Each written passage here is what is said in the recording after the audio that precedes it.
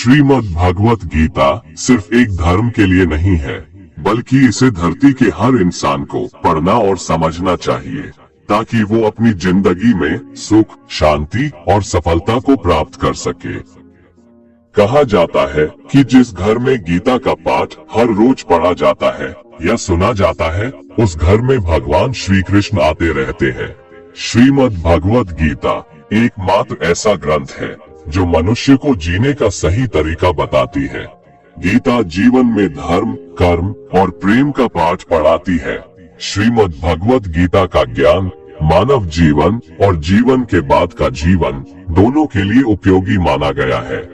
गीता संपूर्ण जीवन दर्शन है और इसका अनुसरण करने वाला व्यक्ति सर्वश्रेष्ठ होता है। भगवत गीता में कुल 18 अध्याय है और 700 श्लोक है, जिसे सभी के लिए पढ़ पाना थोड़ा मुश्किल है।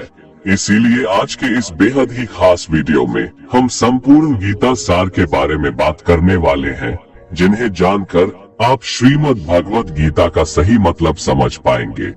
इसलिए इन विचारों को आप हर रोज रात में सोने से पहले सुने। तो चलिए अब देर नहीं करते हुए वीडियो शुरू करते हैं। भगवान श्री कृष्ण कहते हैं कि हे अर्जुन, तुम्हें किसका मोह है? इस रणस्थली में युद्ध प्रारंभ होने से ठीक पहले तुम्हारा इस तरह से शस्त्र त्याग देना बिल्कुल भी उचित नहीं है, क्योंकि न तो ये श्रेष्ठ पुरुषों द्वारा आचरित है, न स्वर्ग को देने वाला है और न कीर्ति बढ़ाने वाला है। इसीलिए हे अर्जुन, नपुंसकता को मत प्राप्त हो, हृदय की तुच्छ दुर्बलता को त्यागो, उठो और युद्ध करो। तुम उसका शोक करते हो जो शोक करने के योग्य भी नहीं है और पंडितों जैसी बातें करते हो।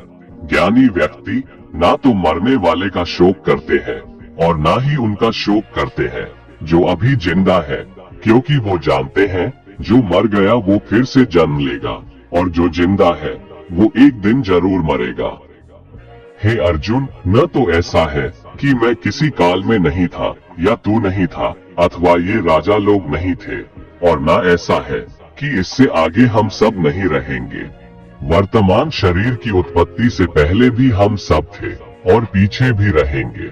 शरीर के नाश होने से आत्मा का नाश नहीं होता, अतः नाश की आशंका से इन सब के लिए शोक करना उचित नहीं है। आत्मा अजर अमर है। आत्मा न तो मरता है और न ही जन्म लेता है, क्योंकि आत्मा अजन्मा, नित्य, सनातन और पुरातन है। शरीर के मारे जाने पर भी यह नहीं मरता।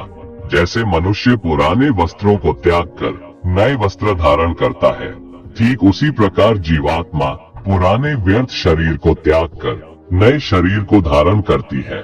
आत्मा को शस्त्र काट नहीं सकते और न अग्नि इसे जला सकती है, जल इसे गीला नहीं कर सकता और न ही वायु इसे सुखा सकती है।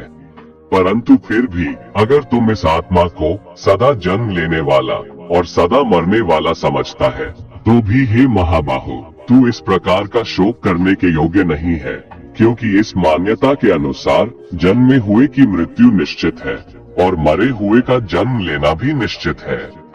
हे अर्जुन, अपने धर्म से भागकर तुम भय मत कर, क्योंकि क्षत्रिय के लिए धर्मयुक्त युद्ध से बढ़कर दूसरा कोई कल्याणकारी कर्तव्य नहीं है।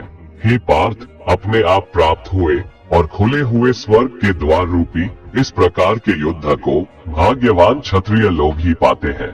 किंतु अगर तुम इस धर्मयुक्त युद्ध को नहीं करेगा, तो स्वधर्म और कीर्ति को खोकर पाप को प्राप्त होगा तथा युगों युगों तक तुम्हारे अपकीर्ति की चर्चा होगी।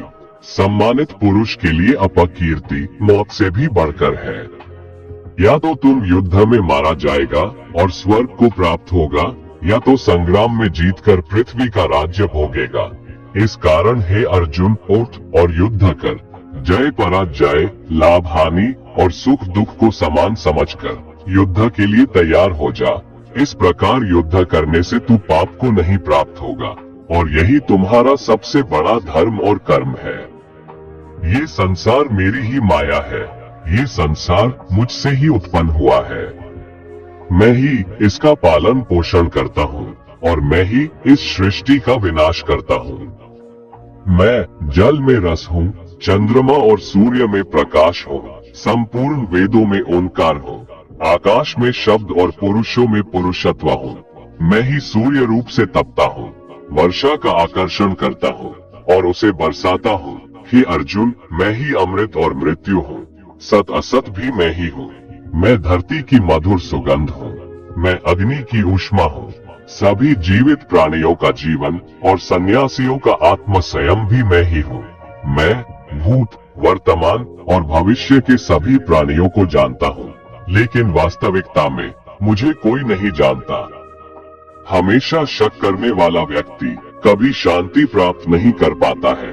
वह ना तो इस लोक में धन, ऐश्वर्य या यश की प्राप्ति कर सकता है और ना ही परलोक में स्वर्ग की प्राप्ति कर सकता है, क्योंकि जब तक मनुष्य किसी भी विषय में संशय युक्त रहता है, तब तक वह उस विषय में सफलता नहीं पा सकता। इसलिए संदेह करने से बचें। हे अर्जुन, तुम्हारा क्या गया जो तुम रोते हो? तुम क्या लाए थे जो तुमने खो दिया? तुमने क्या पैदा किया था जो नष्ट हो गया? तुमने जो लिया यहीं से लिया, जो दिया यहीं पर दिया। जो आज तुम्हारा है कल किसी और का होगा, क्योंकि परिवर्तन ही संसार का नियम है और समय के साथ संसार में हर चीज परिवर्तन के नियम का पालन करती है। भगवान श्री कृष्ण कहते हैं, कर्मयोग ही वह योग है जिसके माध्यम से हम अपनी जीवात्मा से जुड़ पाते हैं।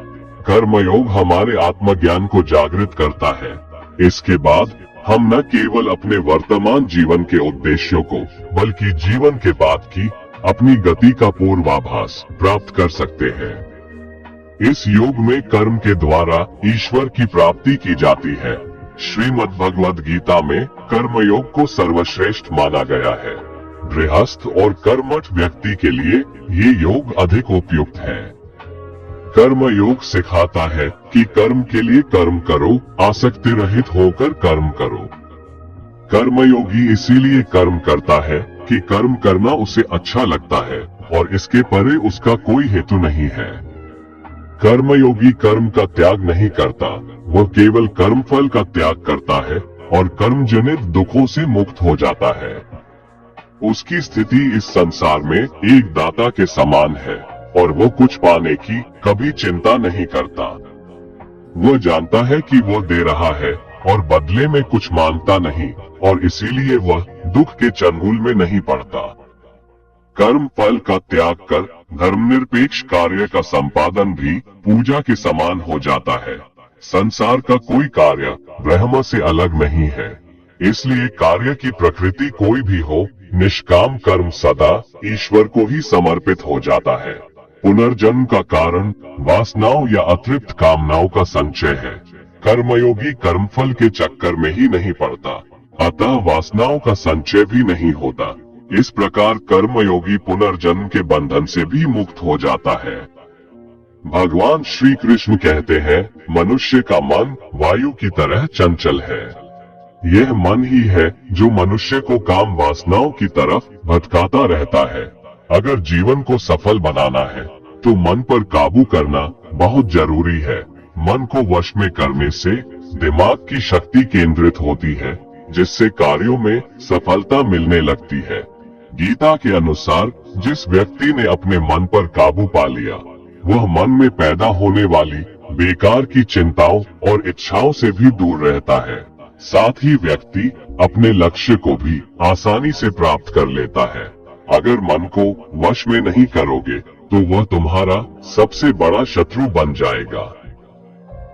भगवान कहते हैं, जो मनुष्य सुख और दुख में शांत रहता है, जिसके राग, भय और क्रोध नष्ट हो गए हैं, जो मनुष्य शुभ और अशुभ वस्तु को पाकर न प्रसन्न होता है और न द्वेष करता है, जिन्होंने अपनी इंद्रियों को वश में कर लिया है, वो स्थिर बुद्धि मनुष्य मुनि के समान है।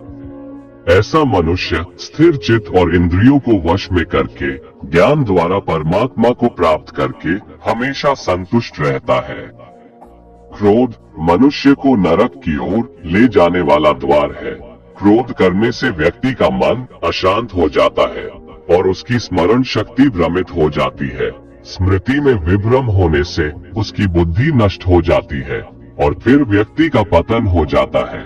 भगवान श्री कृष्ण कहते हैं, मनुष्य को क्रोध करने से बचना चाहिए। कितना भी गुस्सा आए स्वयं को शांत रखने का प्रयास करें। श्री भगवान कहते हैं, जिस प्रकार समुद्र की स्थिति अचल है, भारी से भारी आंधी तूफान आने पर या अनेक नदियों के जल प्रवाह उसमें प्रविष्ट होने पर भी वो अपनी स्थिति से विचलित नहीं होता, मर्यादा का त्याग नहीं करता, उसी प्रकार परमात्मा के स्वरूप में स्थित योगी की स्थिति भी सर्वथा अचल होती है। बड़े से बड़े सांसारिक सुख दुखों का संयोग वियोग होने पर भी उसकी स्थिति में जरा भी अंतर नहीं पड़ता। वह योगी परमात्मा में नित्य, निरंतर, अटल और एकरस स्थित रहता है। जो मनुष्य संपूर्ण कामनाओं को त्याग कर ममता रहित, अहंकार रहित और स्पृहा रहित होकर विचरण करता है, वही मनुष्य शांति को प्राप्त कर पाता है। जिस प्रकार प्रकाश की ज्योति अंधेरे में चमकती है, ठीक उसी प्रकार सत्य भी चमकता है। इसलिए व्यक्ति को सदैव सत्य के मार्ग पर चलना चाहिए। सत्य कभी दावा नहीं करता है कि मैं सत्य हूँ, लेकिन झूठ हमेशा दावा करता है कि सिर्फ मैं ही सत्य हूँ। इस संपूर्ण संसार में कोई भी व्यक्ति महान नहीं जन्मा होता है, बल्कि उसके कर्म उसे महान बनाते हैं।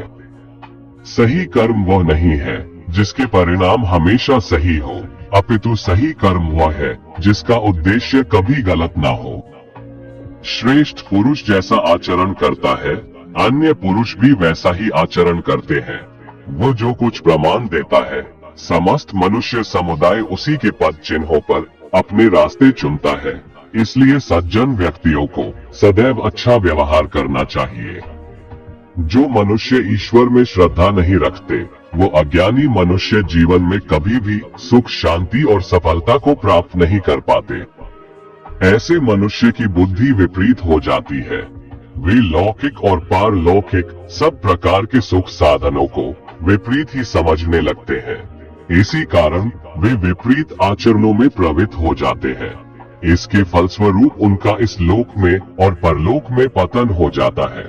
वे अपनी वर्तमान स्थिति से भी भ्रष्ट हो जाते हैं और मरने के बाद उनको अपने कर्मों का फल भोगने के लिए सूकर, कुकर आदि नीच योनियों में जन्म लेना पड़ता है या घोर नरक में पड़कर भयानक यातनाएं भोगनी पड़ती है। भगवान श्री कृष्ण कहते हैं, जो मनुष्य अपने कर्तव्यों का पालन करते हुए विपरीत परिस्थितियों में भी अपने धर्म के मार्ग पर अडिग रहता है और उसके कारण अगर उसकी मृत्यु भी हो जाती है, तो वह मृत्यु भी उसके लिए परम कल्याणकारक बन जाता है और उस मनुष्य को स्वर्ग की प्राप्ति होती है। हे अर्जुन, मेरे और तुम्हारे बहुत से जन्म हो चुके हैं। उन सबको तू नहीं जानता, किंतु मैं जानता हूँ। मैं अजन्मा और अविनाशी हूँ। मैं समस्त प्राणियों का ईश्वर होते हुए भी अपनी प्रकृति को अधीन करके अपनी योग माया से प्रकट होता रहता हूँ।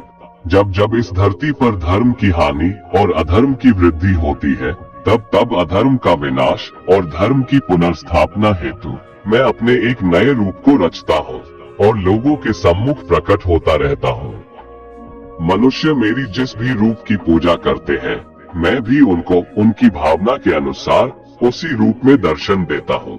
मनुष्य जिस जिस भाव से मेरी उपासना करते हैं, मैं उनके उस भाव का ही अनुसरण करता हूँ। जो मेरा चिंतन करता है, उसका मैं चिंतन करता हूँ। जो मेरे लिए व्याकुल होता है, उसके लिए मैं भी व्याकुल हो जाता हूँ। जो मुझे अपना सर्वस्व अर्पण कर देता है, मैं भी उसे अपना सर्वस्व अर्पण कर देता हूँ। इस मनुष्य लोक में सांसारिक भोग के लिए लोग इंद्र आदि देवताओं की उपासना करते हैं, क्योंकि देवताओं का पूजन करने वालों को उनकी उपासना का फल तुरंत मिल जाता है। लेकिन मैं ऐसा नहीं करता हूँ। मेरे भक्त यदि सकाम भाव से भी मेरा भजन करते हैं, तो भी मैं उनकी उसी कामना को पूर्ण करता हूँ, जिसकी पूर्ति से उनका विषयों से वैराग्य होकर मुझ में प्रेम और विश्वास बढ़ता है। इसीलिए सांसारिक मनुष्यों को मेरी भक्ति का फल शीघ्र मिलता हुआ नहीं दिखता है और इसलिए वे मंद बुद्धि मनुष्य कर्मों का फल शीघ्र प्राप्त करने की इच्छा से अन्य देवताओं का ही पूजन किया करते हैं। इंसान हमेशा अपने भाग्य को कोसता है, ये जानते हुए भी कि भाग्य से भी ऊंचा उसका कर्म है, जो उसके स्वयं के हाथों में है। जो हुआ वो अच्छा हुआ, जो हो रहा है वह भी अच्छा हो रहा है, जो होगा वह भी अच्छा ही होगा। जो बीत गया उसका तुम पछतावा ना करो और भविष्य की चिंता भी ना करो, अभी तो वर्तमान चल रहा है। जो पुरुष ना किसी से द्वेष करता है और ना किसी चीज की आकांक्षा करता है, वैसा कर्मयोगी पुरुष सन्यासी के समान है, और वो पुरुष सुखपूर्वक संसार बंधन से मुक्त हो जाता है। ना तो मैं किसी के भाग्य का निर्माण करता हूँ और ना ही किसी के कर्मफल का निर्माण करता हूँ। मनुष्य अपने द्वारा किए कर्मों का ही फल भोगता है और उसी से उसके भाग्य का निर्माण होता है। मनुष्य स्वयं ही अपना मित्र है और स्वयं ही अपना सबसे बड़ा शत्रु भी है। ज्ञानी मनुष्य कर्मयोग या भक्ति योग से एक ही जन्म में इस समुद्र रूपी संसार से निकलकर परमात्मा को प्राप्त कर लेता है, और अज्ञानी मनुष्य काम, क्रोध, लोभ, मोह में फंसकर 84 लाख योनियों में भटकता रहता है। भगवान श्री कृष्ण कहते हैं, भगवत प्राप्ति के लिए कर्म करने वाला कोई भी मनुष्य दुर्गति को प्राप्त नहीं होता है। इस लोक में या परलोक में वह जहाँ भी रहता है, वो परमात्मा के मार्ग में आगे ही बढ़ता रहता है। हे अर्जुन, जिनकी बुद्धि माया ने हर ली है, जो जानबूझकर पाप कर्मों में ही लिप्त है, जो मुझे जानने की चेष्टा भी नहीं करते, ऐसे मनुष्य को जीवन में और जीवन के बाद के जीवन में भी कष्टों से मुक्ति नहीं मिल पाता है। जो मनुष्य अंत काल में भी मुझको स्मरण करता हुआ शरीर त्यागता है, वह मेरे परम धाम को प्राप्त होता है, इसमें कोई संशय नहीं है। देवताओं को पूजने वाले देवताओं को प्राप्त होते हैं, पितरों को पूजने वाले पितरों को प्राप्त होते हैं, भूतों को पूजने वाले भूतों को प्राप्त होते हैं, और मेरा पूजन करने वाले भक्त मुझको ही प्राप्त होते हैं, इसलिए मेरे भक्तों का पुनर्जन्म नहीं होता।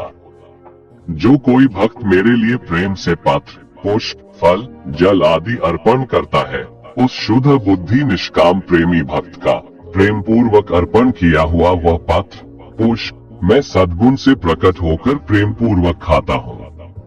भगवान श्री कृष्ण कहते हैं, हे अर्जुन, तू जो कर्म करता है, जो खाता है, जो हवन करता है, जो दान देता है और जो तप करता है, वह सब मुझे अर्पण कर, मैं तुम्हें मुक्ति प्रदान करूंगा। मेरे लिए ना तो कोई प्रिय है और ना ही अप्रिय, परंतु जो भक्त मुझको प्रेम से भजते हैं, वो मुझ में है और मैं उनमें हूँ। यदि कोई दुराचारी भी अनन्य भाव से मेरा भक्त बनकर मुझको भजता है, तो वह पुरुष भी साधु के समान है, क्योंकि उसने भली भांति निश्चय कर लिया है कि परमेश्वर के भजन के समान अन्य कुछ भी नहीं है। स्त्री, वैश्य, शूद्र, भूत, पिशाच, चांडाल कोई भी हो, वो मेरी शरण में आकर परम गति को प्राप्त होते हैं। हमारे तामसिक गुण हमारे अंदर हीन भावना पैदा करके हमें खुद को उदास और नुकसान पहुंचाते हैं, और हमारे राजसिक गुण हमें ईर्ष्यालु और लोभी बना देते हैं। भगवान श्री कृष्ण कहते हैं, हर मनुष्य को तामसिक और राजसिक गुणों को खत्म करके अपने सात्विक गुणों से परिचित होना पड़ेगा। सात्विक गुण वो है जो आत्मा को अपने आसपास की हर चीज से जोड़े रखता है और उन्हें प्यार करना सिखाता है। किसी का अच्छा ना कर सको तो बुरा भी मत करना, क्योंकि दुनिया कमजोर है, लेकिन दुनिया बनाने वाला नहीं। जिंदगी में हम कितने सही हैं और कितने गलत हैं, ये केवल दो लोग जानते हैं, एक परमात्मा और दूसरी हमारी अंतरात्मा। अपने आप को भगवान के प्रति समर्पित कर दो, यही सबसे बड़ा सहारा है। जो कोई भी इस सहारे को पहचान गया है, वो डर, चिंता और दुखों से आजाद रहता है। मनुष्य को सबसे पहले खुद का आकलन करना चाहिए, अर्थात खुद के बारे में जान लेना चाहिए। खुद की काबिलियत और क्षमता को जानना ही मनुष्य को आत्मज्ञान की प्राप्ति करा सकता है। जब तक मनुष्य खुद के बारे में जान नहीं लेगा, तब तक उस मनुष्य का उद्धार नहीं हो सकता। श्रीमद् भगवत गीता में भगवान श्री कृष्ण कहते हैं कि हर एक मनुष्य को अपने आप पर पूरा पूरा भरोसा करना चाहिए, क्योंकि जो लोग खुद पर विश्वास करते हैं, वह अवश्य ही सफलता प्राप्त करते हैं। ऐसा भी बताया जाता है कि जो व्यक्ति जैसा विश्वास करता है, आखिरकार वैसा ही बन जाता है। सुख और दुख सर्दी और गर्मी के समान है। आज अगर दुख है तो कल सुख भी अवश्य होगा। इसलिए इन दोनों ही परिस्थितियों में मनुष्य को संयम से काम लेना चाहिए। जो मनुष्य अपने सभी काम में मन लगाकर अपना कार्य करते हैं और वो छोटे से छोटे कार्यों में भी खुशी ढूंढ ही लेते हैं, वो लोग निश्चित ही अंत में सफलता प्राप्त करते हैं। वहीं दूसरी तरफ ऐसे मनुष्य भी होते हैं जो अपने काम को बस एक बोझ समझकर बस पूरा कर देना चाहते हैं और अपने किसी भी काम को सही ढंग से नहीं करते हैं। तो ऐसे मनुष्य हमेशा ही अपने जीवन में पीछे रह जाते हैं। जो लोग स्वार्थी प्रवृत्ति के हैं, जो सिर्फ अपना मतलब साधने में लगे रहते हैं, जिन्हें दूसरों की भलाई से कोई मतलब नहीं है, ऐसे लोगों का कभी भला नहीं होता। श्री कृष्ण ने गीता सार में